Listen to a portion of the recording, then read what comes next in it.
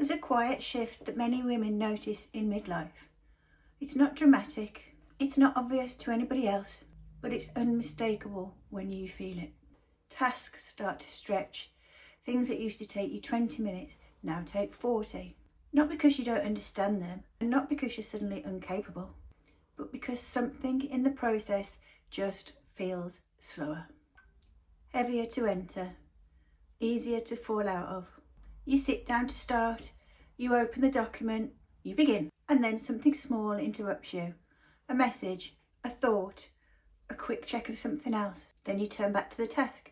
But what happens now is it takes longer for you to get back into that task, to find the thread again, to pick up the pace you had just moments before. So the task stretches, and with that, a familiar question comes to mind. Why is this taking so long? I used to be so much quicker than this. Am I just getting less disciplined? That's the part no one really talks about. This isn't about discipline. This is about effort to output ratio. The amount of energy it takes to create the same output has changed. Not dramatically, but enough to be noticeable, especially if you're used to being a high flyer working with great efficiency. Here's what's actually happening. Estrogen interacts with dopamine. That's your key neurotransmitter controlling motivation, focus, and sustained attention. Dopamine doesn't just help you start a task, it helps you stay with it, maintain momentum, hold the thread, re-engage straight away after an interruption. So as estrogen fluctuates in midlife, dopamine signalling can become less consistent, meaning you find it harder to stay on track. It isn't gone, it's just less automatic. Now layer in real life, frequent interruptions, digital input, that mobile phone. It's all context switching. In other words, you're moving from one thing to another at grease lightning speeds. And every time you switch attention, your brain has to reload the original task. And that reload takes energy. And in midlife, that energy is more limited. So instead of moving smoothly through the task from one step to the next, you end up re-entering the task at the beginning or close to the beginning over and over again, which makes it feel longer, heavier, more draining. Here's the key distinction. Your capability hasn't changed. Your cognitive stamina per unit of output, that's what's changed. And when you interpret that as a personal failing, you add pressure, and that pressure further drains the system, and that makes your sustained focus harder still. So what can we do to help and stabilise all of this? It definitely isn't about forcing yourself to push through. It's about protecting momentum and reducing that re-entering at the beginning of a task all the time. So here's a few ways that you could think about using. Number one, create a defined start ritual. For example, before you start in something important, put the same pattern in place. It gives your brain consistent cues, lining it up for concentration. It might be clearing your workspace and telling your brain, this is where we're focusing now.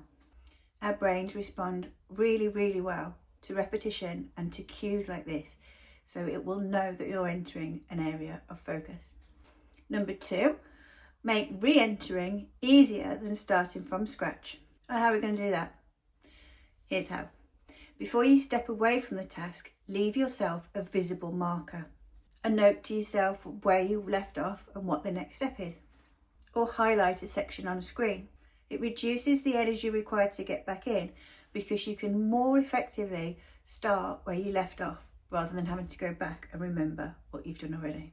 And number three, reduce interruption as much as possible. Even short protected windows of time are more productive than longer spells where you allow all the interruptions in. It's not about having more time, it's about preserving continuity.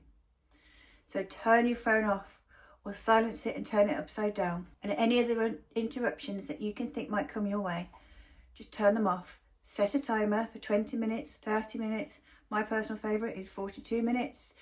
But yeah, just set a timer, and then all of those WhatsApp messages, Slack messages, phone calls will still be there at the end of your protected time period. Hand in hand with that is number four, work in shorter intentional cycles. because our sustained focus might not last as long as it used to. And that's okay. On days where I recognise that, I halve my 42 to 21 minutes and do it like that, and then walk away, take a little break, come back and do the other half. This also helps you stop before you're fully depleted, because otherwise recovery takes far too long. And number 5, stop measuring yourself against your old speed. You're not operating with the same neurological speed that you had years ago. It's just a fact of midlife. Different input equals a different output. And if you can adjust to that, that's intelligent. It isn't limiting. You can just learn to work in a different way.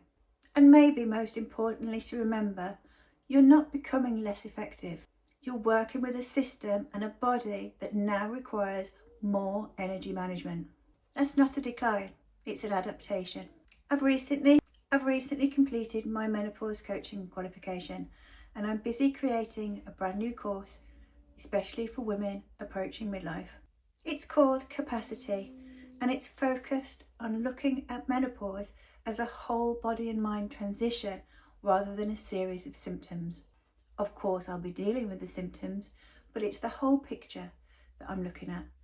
I'm developing it carefully and having real conversations with real women to make sure it delivers exactly what everybody needs, but in an individual way.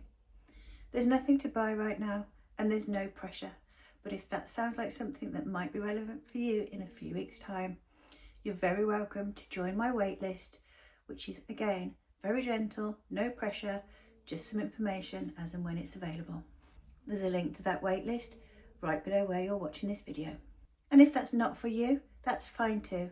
I'll keep sharing my insights here and you can follow along. I hope you've enjoyed this video. If you have any comments or questions, please leave them down below. A thumbs up is always appreciated, and of course, for more like this, please subscribe to the channel. In the meantime, remember you're amazing. The link to the waitlist is in the description to this video if you want to join it, and you have an amazing week.